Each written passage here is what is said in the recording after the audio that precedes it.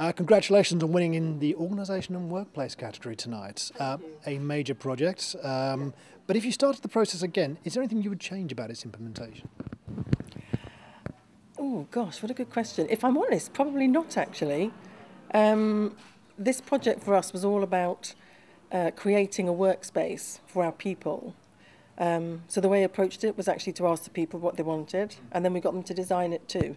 So a little bit unusual, a few risks attached to that, but what we've ended up with is the most fabulous workspace that the people love and as a consequence look after, and has also been really integral for us in attracting more people into the business.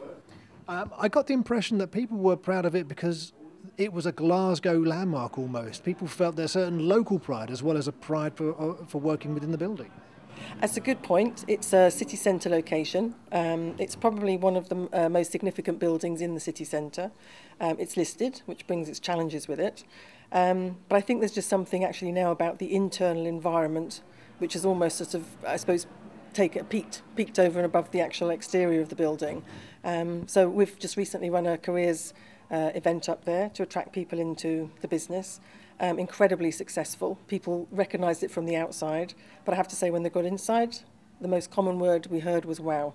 So delighted. Okay, so the wow factor is great, and obviously technology and what people require of the workplace continues to evolve. Yeah. How do you sustain the gradual development of the workplace rather than have to go through another huge change in a few years' time?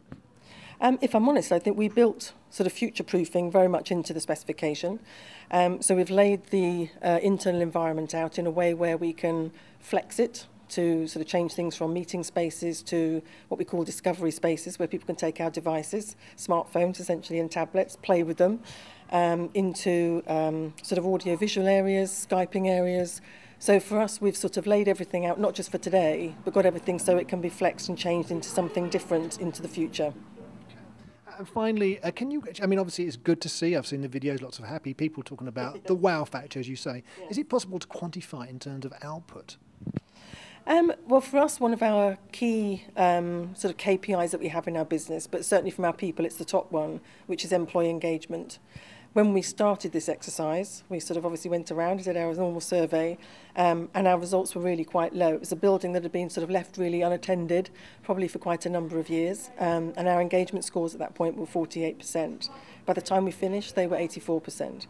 So I think in a way that probably speaks volumes. I think, if I'm honest, there's probably an enormous amount of ways in which we're getting benefit from the environment over and above some of the obvious ones, obviously productivity, but also things like people attracting, being ambassadors for the company as employees, and then bringing more people into the business.